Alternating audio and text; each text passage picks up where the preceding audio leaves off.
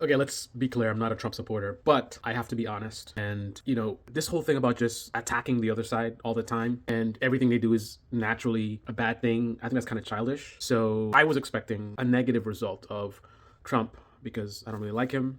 And I think he says a lot of ridiculous stuff on Twitter, and I just think it makes us look bad as a country. And that's why I, voted for Kamala because I wanted to have more of a professional. But that aside, it looks like I was actually wrong because he's not even in office yet, and I'm already starting to see a boom. We just got a really good jobs report, and liberal might say this is a result of Biden or something like that, or it's a coincidence, but the election just completed, and then we see right after that positive jobs report. Right now, the stock market is at an all-time high.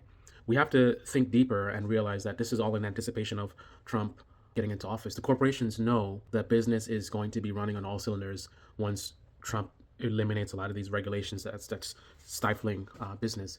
That's going to lead to more jobs. Salaries are going to go up. With the companies being in a better state because of the Trump economy, that'll allow them to open up more jobs, which we're all going to benefit from. Plus, he's going to secure the border. I mean, I was kind of not really thinking that it's a big deal with the border, but the reality is he's right now, it looks like there's going to be more jobs. And then, I mean, logically, if we get rid of a lot of the immigrants, there'll be less competition. So, there'll be more people employed, making more money.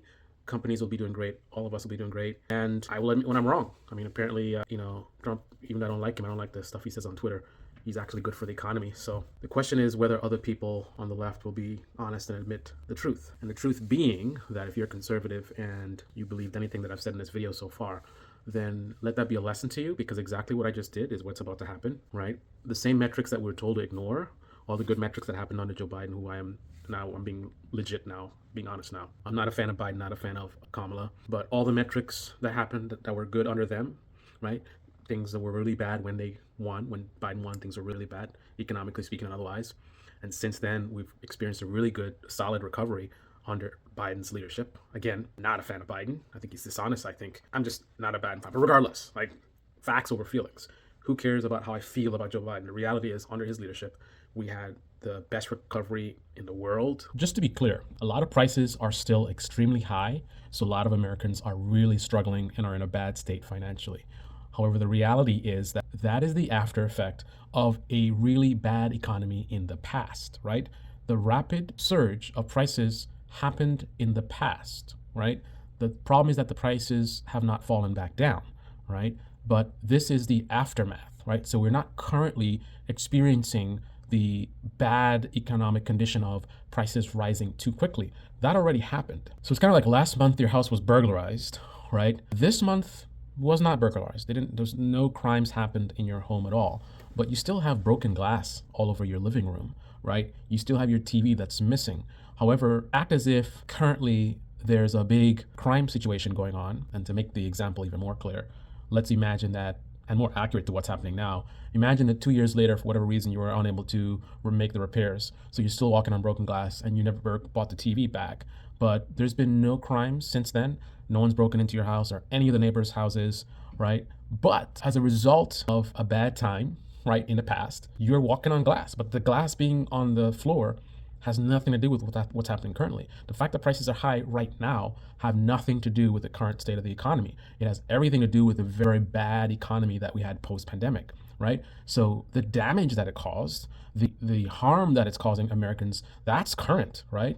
But the thing that caused it was in the past, right? And unfortunately, you can't force the corporations to just like lower their prices, even though a lot of the supply chain issues have been resolved, right? What you can do, which is what Kamala was planning on doing, not Trump, is you can kind of address some of the companies that are taking advantage of what happened in the past, that raised their prices for some reason.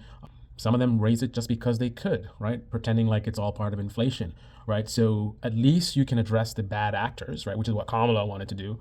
But overall, I mean, how are you going to make companies lower their prices, right? They're private corporations. They are entitled to sell things for whatever they want to. I'm going to give you an even better example. Imagine that Joe Biden did something insane that caused prices across the board in this country to rise by 10%, right? 10% rise that just happens overnight based on Joe Biden just being a horrible president, right? He did it. He caused the damage. And all of us Americans are suffering the consequences of Joe Biden's leadership. Imagine that happens right now, right? Then Trump takes office, right, next year, and he does a really good job, right? He brings back jobs, so his tariffs work out. Somehow he's able to pull off the tariffs where, the companies are somehow able to magically start producing things domestically. A whole bunch of jobs open up, manufacturing blows up. So a lot of people, a lot of opportunities to work. And the stock market responds positively. So the stock market's up, GDP goes up. So the economy is just doing amazingly well under Donald Trump. Let's imagine that scenario. He did a really great job. Guess what? Americans will still be, in spite of all those positive things I just mentioned, they will still be struggling, right? Because remember, the prices went up by 10% thanks to something that Joe Biden did, right? Joe Biden created something very bad economically speaking, right? So the prices are up. All that stuff that I just mentioned Trump doing is not going to bring the prices back down. They'll still be up. Like that will be deflation, the prices go back down. So Trump comes in and he does all this great stuff. But in reality, people are still struggling. The cost of groceries are still super high.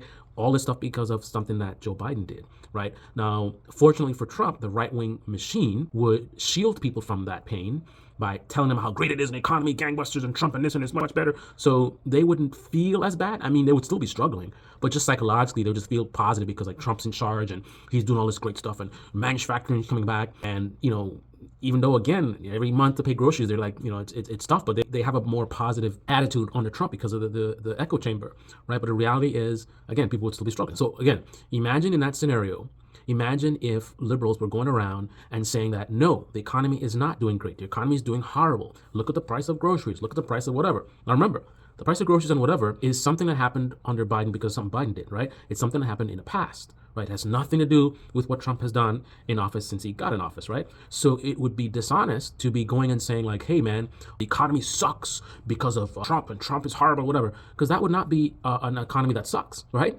Job boom, manufacturing boom, stock market boom, GDP boom. That is not a horrible economy. That's a great economy. However, the fact that the economy is great doesn't change the fact that in this scenario, groceries are still very high, right? Gas is still very high. It's very expensive to buy building supplies, all because the prices went up super fast because of something that happened in the past, right? The current prices that we have right now is the remnants of a really bad economy. But that bad economy is over. That is the reality, regardless of how you feel about it. And as far as us getting a recent job report, I mean, we've had so many amazing job reports where we've exceeded expectations. So having yet another job report that was positive is not newsworthy, right? But just the same way how I could pretend, and if you guys are conservatives and you in the beginning of this video were thinking, okay, yeah, he finally gets it, blah, blah, recognize the fact that you probably weren't skeptical at all about what I was saying. You weren't going to try to fact check what I'm saying to say if I'm saying the truth or not. You were just accepting it because you liked what I was saying, right? It aligns with your beliefs. Right, so the same way I could, sort of scam you in that way. Trust me, across the board, from Ben Shapiro, Steven Crowder, Newsmax, Fox News, they can and will do that to you, and that is exactly what's about to happen. All the positive stuff with the economy right now that they've been ignoring and pretending that it's the exact opposite, they're going to use that same data. Right, nothing's going to change about that data in terms of how it was calculated or whatever. They're just going to simply start saying that, hey, look at all these good economic indicators, and they're going to attribute it to Trump. So no matter what he does, you want to talk about DEI? This is the ultimate DEI. He could do a really bad job, right? But he's going to get the participation trophy from the entire right-wing media, who is, no matter what he does, they're going to pretend like he's doing a great job. Things are so wonderful under him, and remember under Biden and such. Because, for example, I just saw gas at $2.80. Fox News, I'm sure, has not talked about gas prices going back down to where they are. When they were high, they were like, yeah, gas is high. Now that they're lower, they don't say anything. So what's the impact? Many people don't even realize that gas prices have fallen down, right? It's not something in their mind. They just have this sense of like, things are so expensive under Biden, blah, blah.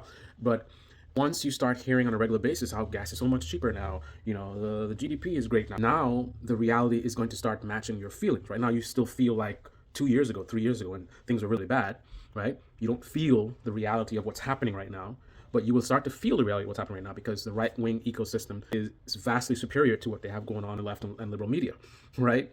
But the point of this was to open your eyes, right, to the kind of manipulation that is, I guarantee you, is going to be used against you. The same way that I just did what I did in this video, they're going to do it to you. The only question is, will you fall for it?